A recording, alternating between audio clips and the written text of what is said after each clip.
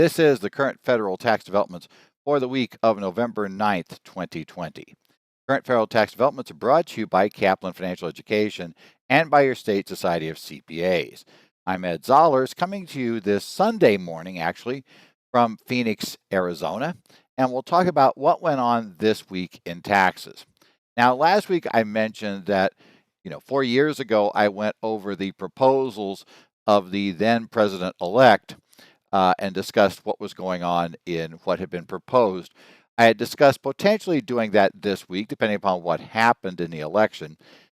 Clearly, at this point, while we still have some questions about what exactly is going on in terms of this weekend, and so there's still things up in the air, what we don't have is a clear sign that we're going to have total control of the government in the hands of one party.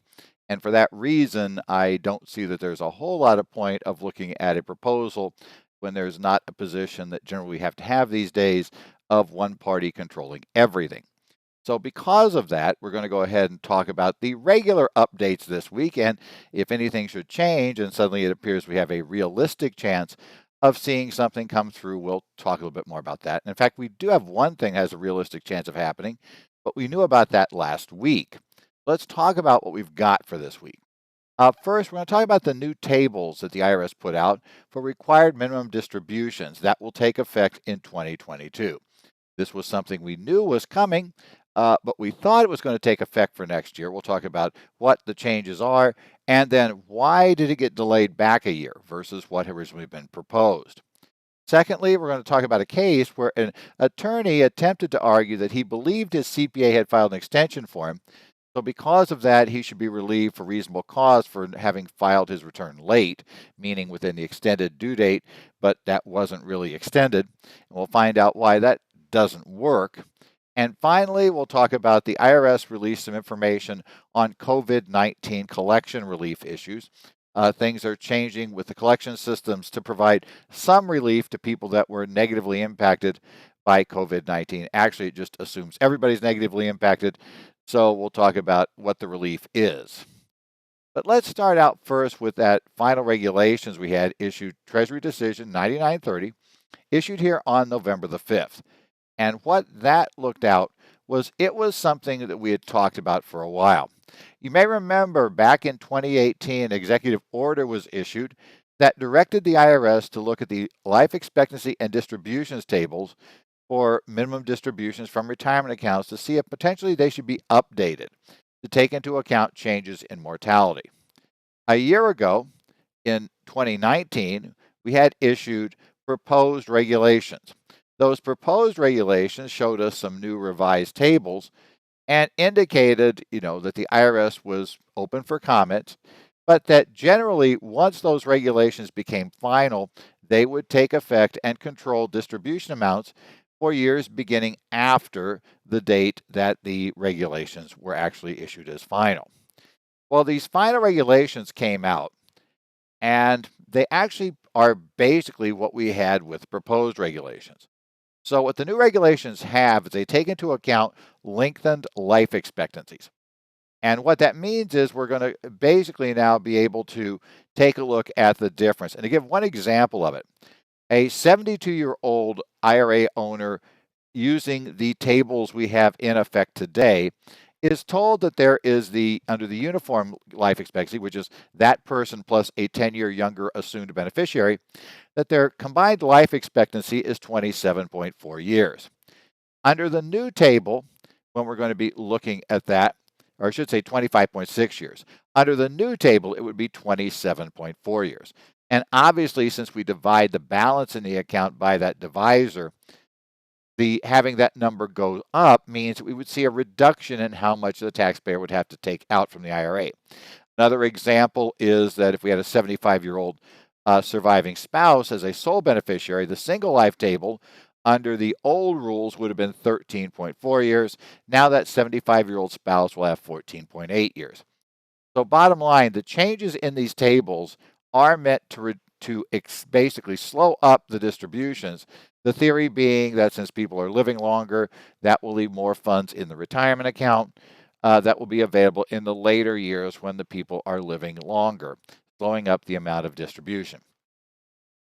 Now, the new tables we do have in the PDF I've given you, I have the uniform table in there. That table is one that we constantly use and which, has to be referenced and will fit within this easily.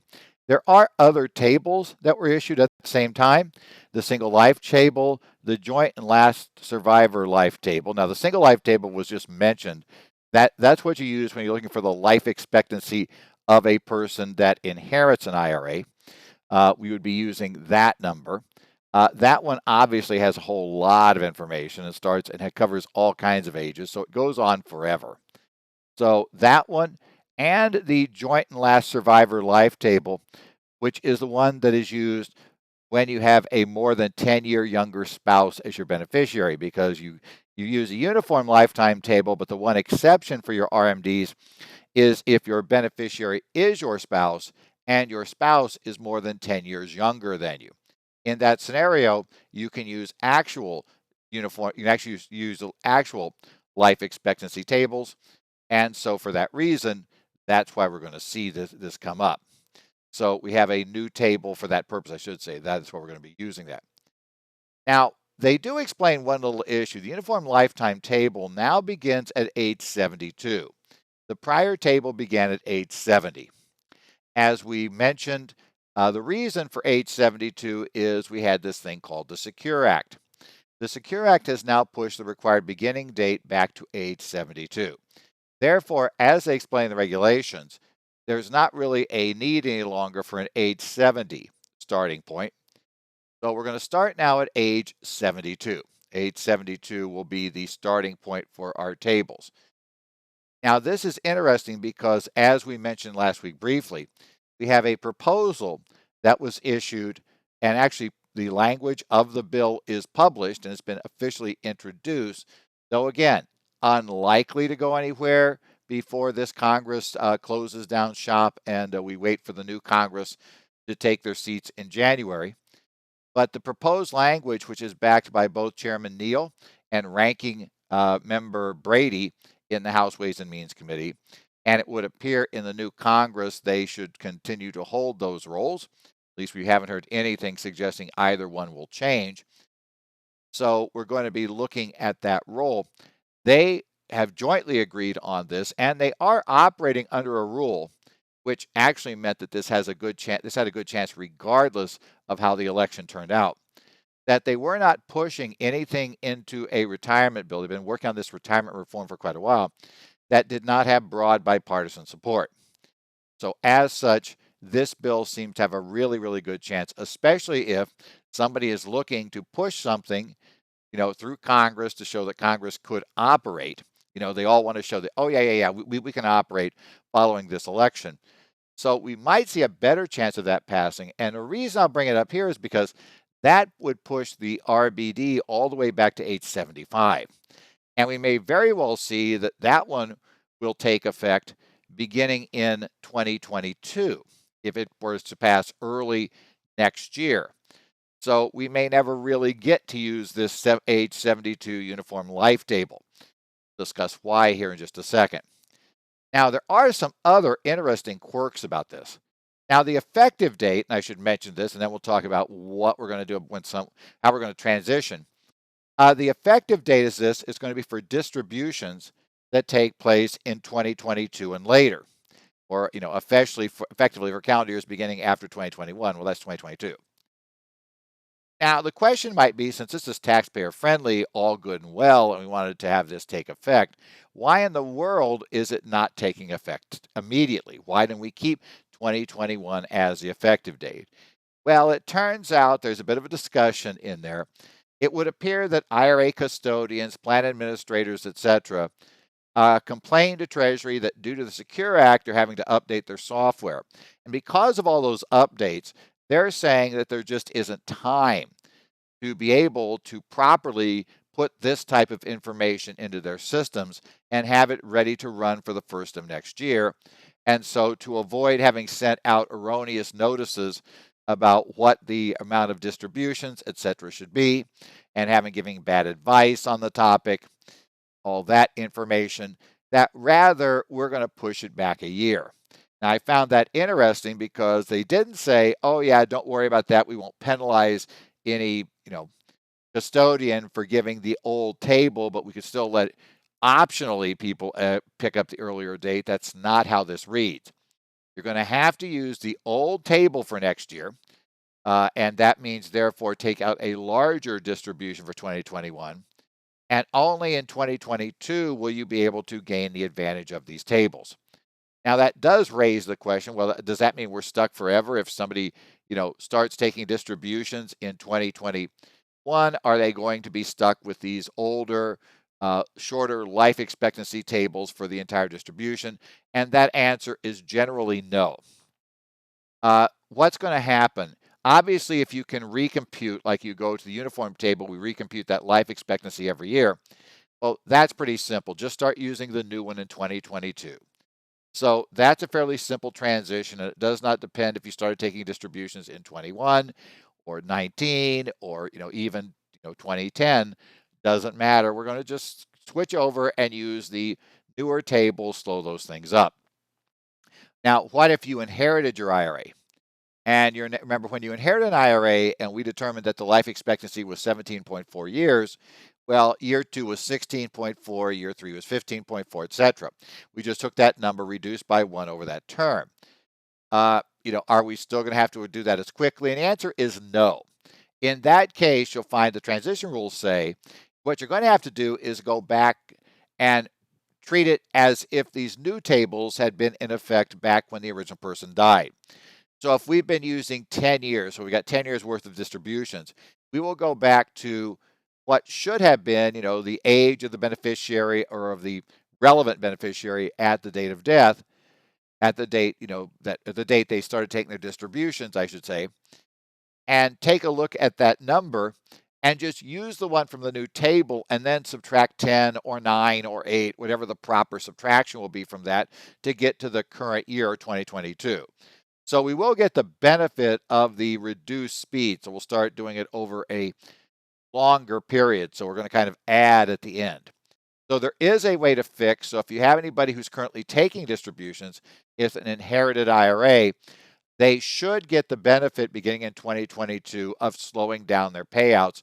And the regulations tell you how to swap this. Now, I should mention that this particular notice also contains, in addition to the tables I mentioned, it also has the mortality rate tables if those are important. What they didn't tell us yet was how this is going to affect substantially equal periodic payments if you're doing that with your IRA, or I guess retirement account, to be honest. Substantially equal periodic payments is for that person that started taking distributions prior to attaining age 59 and a half. As we are aware, you're going to get penalized if you do that unless you take it out as substantially equal periodic payments over your remaining life expectancy. The problem, of course, is that that payment stream was set by whatever the balance, whatever the amount was at that date, or whatever say the life expectancy was at that date. Now, the question is going to come up, does that change, and how do we change it? Because there are other methods you could have used for that purpose. So it's a little more complicated. So the Treasury wants to issue a brand new table and explanation that would update Revenue Ruling 2002-62 to apply to substantially equal periodic payments. That ruling is not yet out. So if you have somebody who's with substantially equal periodic payments, just kind of stay tuned. We're probably going to have a way to recompute in 2022 that will not be considered a change in method and won't trigger having to pick up all those old penalties, but could could reduce the distribution. So that's one to keep in mind. So in any event, again, does not affect next year. So do not use this to compute 2021 required minimum distributions, at least unless the service releases some sort of later relief provision that allows you to speed this up. They might, because I'm sure some people will complain about, well, the fact that Chase can't update their software, why can't we just reduce the number on our own? We can compute it, we'll take responsibility, and be able to take out the lower amount. So we'll see if that, because I do expect that sort of complaint to come up, because obviously this effective date change was not part of the proposed regs, so nobody had Nobody knew who would not have been in favor of the change. Nobody knew they should have said, hey, stop this. We want these to be effective immediately. We need an option. So we'll see if that complaint goes through, and we'll see if that makes any change. But again, Treasury Decision 9930 issued November 5th. We're dealing with all of this wonderful stuff for changes in our required minimum distributions that will take effect. Next up is the case of Bear versus United States. And this was a case that was heard in the U.S. Federal Court of Claims, case number 191439. And the opinion was released on November 5th. And what this case deals with is the problem of reasonable cause for late filing of an income tax return. In this case, the individual involved is an attorney, Mr. Bear, and Mr. Bear had hired a CPA to handle his tax work beginning in 2009. Now, this CPA prepared the returns for 2009, 2010, 2011. In each of those years, Mr. Bear, as the original filing deadline came up, he was not ready to file his return. So because of that, he needed to go on extension each year. Now, in the first year, 2009, the CPA did apparently file the extension, prepare and file an extension for Mr. Bear. In 2010 and 2011, the CPA prepared an extension, sent a copy of that extension to Mr. Bear, but apparently never actually filed the extension. Now, for 2010 and 2011, the extension did show a balance due. And apparently, I would have to take from this, we don't hear anything else told to us in this case, and we'll have to assume, at least, that the CPA sent that to Mr. Bear. It appears the CPA assumed that Mr. Bear would write a check, put that check in with the paper extension and mail that extension out by the due date of the return. It appears Mr. Bear did not. Well, it doesn't just appear. Everybody admits he didn't do that. So now we have a problem. Now Mr. Bear claims that, well, I thought the CPA was going to file the extension for me because he has the right to do so, right? There's no signature required if he has the authority to do so. So he could file that on my behalf, and I just believed I was getting copies just for my information, kind of an FYI. Here's your copy of your extension. We're filing this on your behalf, so, go ahead, no problem. Of course, that didn't happen. Now, when this first came up in 2010, and I'm going to presume, so that we don't, because the court never mentioned the fact that you were told in 2010 about the problem, and you should have realized in 2011 you need to take care of this. I'm suspecting that this whole notice in 2010 and the late filing issue and finally figuring out what had happened probably took place in such a way that he didn't really know that the 2010 extension had never been filed by the CPA until after April 15th of 2011. So he didn't ask about, hey, are you actually mailing this one in or not? But in any event, in 2010, he got out of it, but he got out of it under the IRS's standard first-time abatement program. And we're all aware about that program. If you've not had issues in the prior 3 years, haven't paid a penalty for late filing or late payment in the previous 3 years, you essentially can get out of the penalty, right? There are certain penalties you can get out of, one of which is the late filing penalty.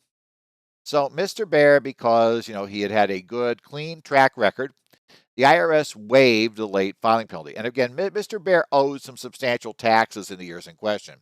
But we weren't talking about small late filing penalties because, of course, he's looking at filing in October for a return that was put on extension supposedly back in April. So if it's not put on extension, we've had 6 months run by that time and probably 7 by the time the IRS physically gets the form and it's counted as being filed, with payment. So very much, we're basically going to be maxed out on the late filing penalty by the time that the return is finally filed. So the 25% would be there. Now, the problem then became for the 2011. And the problem is, could he get relief for the 2011 form? Because obviously, as you're aware, FTA doesn't work, more than once. You get that for one time. And again, that's not considered due to reasonable cause per se. It's not a something you can run again, because obviously we get here for the 2011 return, and if you're looking at the slides on the video version, it says no relief for 2012. It's actually 2011. With the 2011 version, we no longer have first time abatement because, hey, you got it wrong the year before. So now you can't do that. Now you have to show reasonable cause for filing. Well, the first problem we run into is that the U.S. Supreme Court, in a case that we've mentioned before in other contexts, the case of Boyle versus, or I should say, the case of, get the right reference here, United States versus Boyle. The citation for that is 469 U.S. 241, United States Supreme Court 1985 case, held essentially that a taxpayer cannot delegate the responsibility for being able, for filing, for ensuring that his or her extension is filed or his or her return is filed. The logic of the court is that it takes no special expertise to know that the due date of the return is April 15th, and that, and then to figure out how to put postage on an envelope and mail it. So, something should happen by April 15th. So it's your job to make sure that something happens. Otherwise, you've not exercised due care in fulfilling your filing responsibilities. Therefore, you cannot have reasonable cause for failing to file that form at that time frame. So basically, yeah, don't worry about that. And again, so the taxpayer though is still trying to argue that, but I hired the CPA to do this, and I legitimately thought he'd done it because see, he did it in 2009, right? He filed it. And in 2010 and 2011, I thought he was doing the same thing. I was never told by the CPA that he wasn't doing that way. Or at least we never asked him if he said that, so we're not going to go down that. The whole issue of what the two of them talked about becomes kind of a problem eventually for Mr. Bear on this case, but we'll go ahead and go forward. So, we got this in, and I had applied for him to do it. And so really, that should be different because I thought I had, made sure it got filed, and I had here this paper. So I believed it had been filed. And the court said, well, no, that's not really the same thing. The CPA never told you he had filed the form, right? And you never really asked if he'd filed the form. You may have assumed he was going to file the form, just as it appears the CPA may have assumed you're going to mail it in with a check. But nobody ever actually seems to have stated one way or the other how this worked. And so because of that, we're sorry. We just don't see that you've carried the issue under Boyle to show that you had taken reasonable steps. My own take is if you had a case where it was, but even then it becomes difficult because the court's looking for you to have done something. And I think it's always a high risk. And this probably is the first caution for those of you in practice. If anything goes wrong with filing the extension and you took on the responsibility, that's not going to be a reasonable cause for the client filing late generally. We have some guidance where there was a little bit of suggestion in the Fifth Circuit that there might be a way to work around Boyle in a very narrow fact pattern. So maybe if the CPA had submitted the file, if it had gone there and the CPA had, let's say erroneously that your tax software provider had stated that the electronic extension was accepted, and it turns out that it really wasn't, that somehow that got fouled up in the system. That probably could work okay, but I think anything short of that sort of thing is going to be a problem in that regard. So bottom line, filing extensions or filing the returns are high risk. And in e-filing, unfortunately, we tend to take on that risk. We have no easy way to get out of it. Certainly, you may remember that you're not allowed to suggest the clients file by mail. And if you remember, as we talked the case, I believe it was out of Tennessee last year, a court specifically said, well, they could always have mailed it in. So, really, you can't say that e-filing meant they didn't have responsibility because they couldn't do that personally. So, yeah, we're in kind of a tough position in that regard. But it does mean it's incredibly important to understand when you have filing responsibility that you have a problem. Now, there is an exception to Boyle, and we saw this a few years ago where a taxpayer relied on an attorney for filing, for basically for telling him when to file, telling an executor, personal rep of an estate when they should file, if they needed to file a 706 and what that date would be. And in that scenario, the court did find that the attorney made a mistake of law in determining that no return had to be filed, and that became legitimately a reasonable cause because that was considered legal advice had been given, as opposed to the mere mechanical filing as of a date. So it's a subtle difference. If you know something has to be filed and it doesn't happen, then yeah, it's stuck. And the April 15th filing date, everybody knows that. It's very simple, very mechanical. But if you were advised based on a question of law that you didn't have to file, then you might have an excuse. So the catch is we need a difference between what's considered not legal advice, in essence, the Supreme Court's view that this is just too simple, don't worry about it, or the question of whether it is considered to be other than legal advice, or I should say the question is it legal advice, in which case then you could rely on it. Well, the attorney, you got to give him credit, if nothing else, for thinking creatively. He was going to try this secondary argument.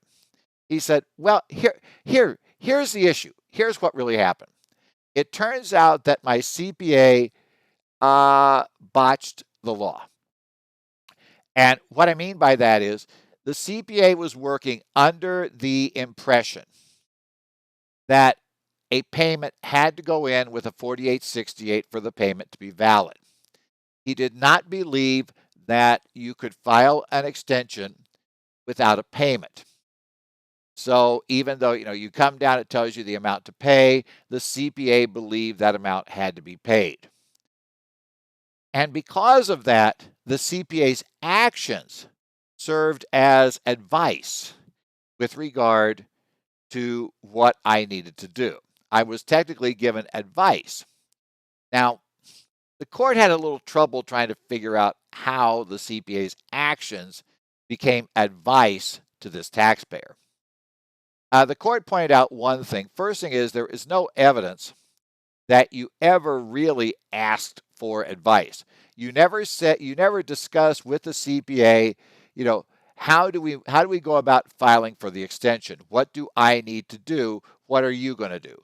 The question was never asked about whether or not you needed to mail this in and send a check. Right? You never asked that question, and the CPA never responded to it. Secondly, in fact, as you mentioned, you never discussed the issue of the mechanics here. So it doesn't seem like you never requested the advice and the CPA never gave advice. Now, I do expect how we got here may make sense, though. I do believe that the attorney, and as the court notes, because we're going to get here, this becomes a problem in the attorneys in a secondary argument the court will put forward.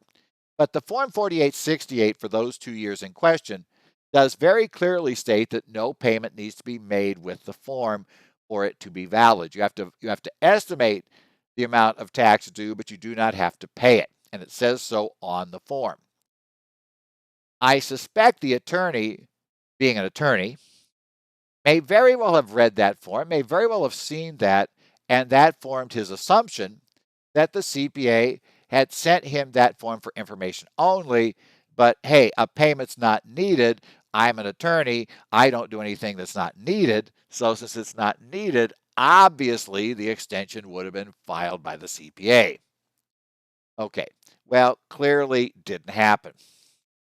And the court said, and so he argued secondly that, well, okay, if we went there, the court said, even if we thought it was advice, okay, even if we had said it was advice, which, gang, they didn't say. They said it's not advice. You never asked for advice. But even if it had been, even if we go out on this wild limb of yours and say that the actions of the CPA resulted in implied advice, they said that advice can only help you if that advice was reasonable. And since the form itself said that no payment had to go in with it, and you're telling us that the CPA advised you or whatever kind of didn't advise. It's a little tough to figure out how this advice works into this. But for whatever reason, the CPA's actions served as bad advice because he failed to file. The form itself said no payment was necessary. So the CPA was not acting reasonably if the CPA, failed to file the form on your behalf because the CPA said, I can't file it because payment has to go in. Even if that was somehow in some world construed to be advice, that advice was not reasonable. Now, what this does make clear, and I know we've always done it, I assume most of you do, make sure you tell clients what you're sending them and why you're sending it. Be very careful sending copies of extensions and things like that to clients if it's not clear whether the client should do something with that copy or whether the client shouldn't. You probably should carefully mark this is for information only, or like a lot of tax software will print on the form if you've electronically filed the 4868, this form has been electronically filed, do not send it in, etc. This is for your information only. And if you do want them to send something in, you clearly communicate that with a transmittal with the form.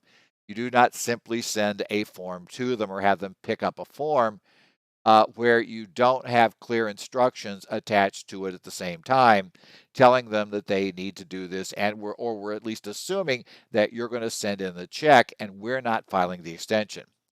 So I think you need to be careful for this. There's a little concern I have that there may be some sort of complaint filed or some issue, let's say, filed against the CPA, where there's going to be the attorney now is going to want the late payment penalty from the CPA. Of course, there are facts we don't know here to see whether he would really have a plausible case against the CPA or not. But I think you got to be very, very careful with communications when we look at things like doing extensions. Finally, the IRS last week did release a news release. This is on the IRS website, and it's IRS News Release IR 2022-48. And they put together some information about how they're going to make it a little bit easier for taxpayers to get a bit easier relief for various items related to COVID-19. So they're saying, the IRS tells us in this item that they have reviewed, right? They looked at the items to provide relief due to COVID-19. And they're going to be looking at providing issues. And some of the things they tell us first, taxpayers who qualify for a short-term payment plan option will get 180 days rather than 120 days to resolve the tax liabilities. They also noted that they're offering flexibility for taxpayers who are temporarily unable to meet payment terms of an accepted offer in compromise. So it won't be that, missing your payment on an offer in compromise will always mean, shall we say, be a disaster. You probably want to talk with the IRS before you miss those payments, but nevertheless, they have more flexibility involved around. They did put together a system that can automatically add new balances to existing installment agreements for individuals and out-of-business taxpayers. It'll occur instead of defaulting the agreement. So essentially, they are going to begin to just roll some. Now, again, you got to read the details. When they say certain new balances, obviously details matter here, which means certain new balances means not all new balances, which means you better be careful as to which they are.